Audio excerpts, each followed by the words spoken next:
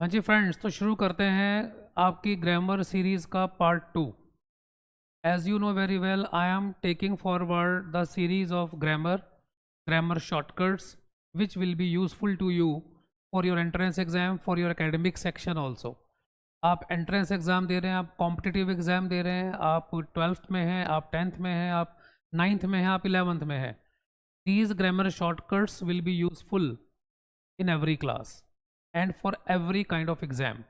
तो आज का पहला शॉर्टकट है after one of, some of, each of, either of, neither of, any of, none of.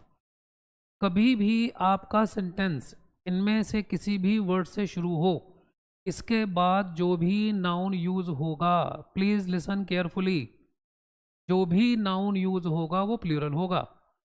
आपके एग्जाम में क्या एंट्रेंस में एरर आती है? One of the boy was standing there. One of the boy, it is wrong, one of the boys. ऐसे ही either of the girl can come and join the project. Either of the girls, either of the girls, girl नहीं। Neither of the boy was in the queue. Neither of the boys, boy word use नहीं करना है। तो ये ध्यान रखिएगा, ये exam में मिस्टेक आती हैं आपकी। इन वर्ड्स के बाद हमेशा जो भी हेल्पिंग वर्ब होगा वो अकॉर्डिंग टू सब्जेक्ट होगा, लेकिन जो नाउन होगा वो हमेशा सिंगुलर ही, सॉरी प्लूरल ही होगा। ये आप ध्यान रखिएगा। जैसे कि one of the boys was, one of the boys was, some of the girls were, because we are talking about more than one. Each of the students was, either of the girls was, neither of the students was, any of the girl is, none of the students was. I mean is या was या has, whatever singular helping verbs are there, after these words except some of, you have to use singular helping verb but plural noun. Clear? चलिए part 2 पे चलते हैं। It is very very important. क्यों ये important क्यों है? क्योंकि most of the entrance exam ये सेंटेंस बहुत बार पूछा गया। जब कभी भी आपको नाउन, प्रेपोजिशन और सेम नाउन का कॉम्बिनेशन मिले, when ever you get noun plus preposition plus same noun, जो नाउन नंबर 1 पे है वही नंबर 3 पर है, तो it will always be considered singular. ये हमेशा क्या कंसिडर होगा? सिंगुलर होगा। तो हेल्पिंग वर्ब भी इसके बाद सिंगुलर ही आएगा। City after preposition then city, repeat हो गया आपका ये, तो हेल्पिंग वर्ब क्या रहा? Singular. Ship after ship was raided. अगर यहाँ एग्जाम में क्वेश्चन आता है शिप आफ्टर शिप वर, तो आपको समझ जाना चाहिए कि रूल क्या है? Noun plus preposition plus same noun, the helping verb will be singular. तो इसीलिए यहाँ पर क्या आएगा? सिंगुलर हेल्पिंग वर्ब आएगा, चाहे वो इज हो, चाहे वॉज हो, चाहे डज हो, हैज हो, कुछ भी हो। क्लियर? चलिए आगे चलते हैं। आज का शॉर्टकट नंबर 3। कुछ वर्ड्स हैं लेट, बिटवीन एंड एनी। इन तीनों वर्ड्स के बाद कभी भी सब्जेक्ट नहीं आता, कभी भी सब्जेक्टिव केस नहीं आएगा।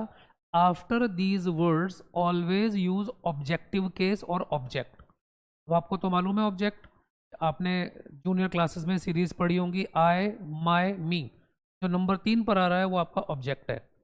वी, अर, अस, नंबर 3 पर जो आ रहा है वो आपका ऑब्जेक्ट है अस। दे, देयर, देम, देम आपका ऑब्जेक्ट है। तो इन वर्ड्स के बाद कभी भी सब्जेक्ट यूज नहीं करेंगे, you will have to use object. Let me explain you, any of them can join the party. Between you and me, she is the offender, means in this way you can use the word.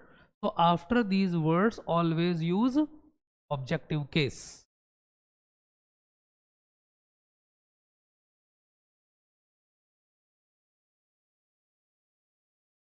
इधर और निदर या either neither, ये कहाँ use होंगे? जब कभी भी आपको दो में से एक को सिलेक्ट करना होगा, आप क्या यूज करेंगे? इधर ऑफ द टू। इधर अगर मैं कहीं एक बात बोल रहा हूँ, इधर of the girls can come over here, it means दो गर्ल्स बैठी हुई हैं, उनमें से एक को मैं स्टेज पर इनवाइट कर रहा हूँ। अगर मैं कहता हूँ neither of the girls can come on the stage, it means दो गर्ल्स बैठी हुई हैं लेकिन मुझे नहीं चाहिए कि दोनों में से कोई भी स्टेज पर आए।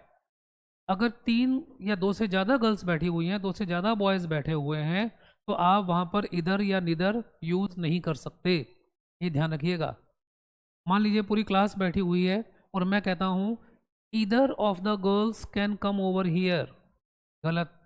रीज़न, इधर कहाँ यूज़ होगा? जब मुझे वन सेलेक्ट करना होगा आउट ऑफ टू, जब मुझे दो में से एक को सेलेक्ट करना होगा तभी मैं यूज़ करूँगा इधर, यानी कि आइदर। अगर मुझे दो लोग, दो पर्सन, दो बॉयज़, दो गर्ल्स, दो ऑब्जेक्ट्स में से कोई नहीं चाहिए, I want neither of the fruits, मतलब दो फ्रूट रखे हुए हैं, मुझे दोनों में से कोई नहीं चाहिए। I want neither of the pencils, मतलब दो पेंसिल है, मुझे कोई नहीं चाहिए। तो ये नेचुरली आपको समझना होगा कि अगर कहीं पर नीदर वर्ड यूज हो रहा है तो दो में से जीरो, अगर कहीं इधर या आइदर यूज हो रहा है तो दो में से एक, और अगर एंट्रेंस में लिखा हुआ आ रहा है कि आई वॉन्ट इधर ऑफ द थ्री पेंसिल्स, तो बस वही मिस्टेक है, क्योंकि थ्री का मतलब है मोर देन टू, और जहां मोर देन टू है वहां इधर यूज नहीं होगा, तो फिर क्या यूज होगा बताते हैं आपको।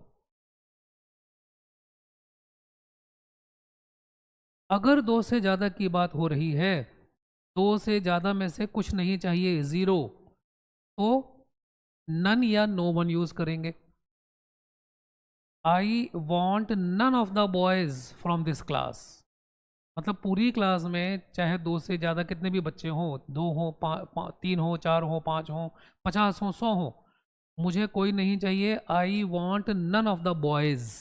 रूल नंबर 1 याद रखिएगा, none of, any of, each of, इनके बाद जो भी नाउन होगा वो होगा प्लूरल, लेकिन कहाँ कहाँ यूज होगा? तो none of the boys I want there, अगर दो बच्चे खड़े हुए हैं तो निदर यूज करेंगे, दो में से कोई नहीं। अगर दो से ज़्यादा हैं और मुझे उनमें से एक चाहिए, इधर of the boys can come and join the stage, तो इसका मतलब दो में से मैं एक को इनवाइट कर रहा हूँ। अगर दो से ज़्यादा लोग या स्टूडेंट्स बैठे हुए हैं, any one of the boys, any one of the students can come and join the stage. It means अब मैं किसकी बात कर रहा हूँ? दो से ज़्यादा लोगों की। ये डिफरेंस ध्यान रखिएगा। तो एग्ज़ाम में ये क्वेश्चन जरूर आता है जहाँ आपको ट्रैप होने का पूरा चांस मिलेगा, तो आपको ध्यान रखना है ट्रैप नहीं होना है। You have to keep in mind the rule, अगर रूल आपको याद है तो you will not trap in that rule. What it friends, कोई शक? तो मिलते हैं आपसे नेक्स्ट सीरीज के साथ। Bye bye.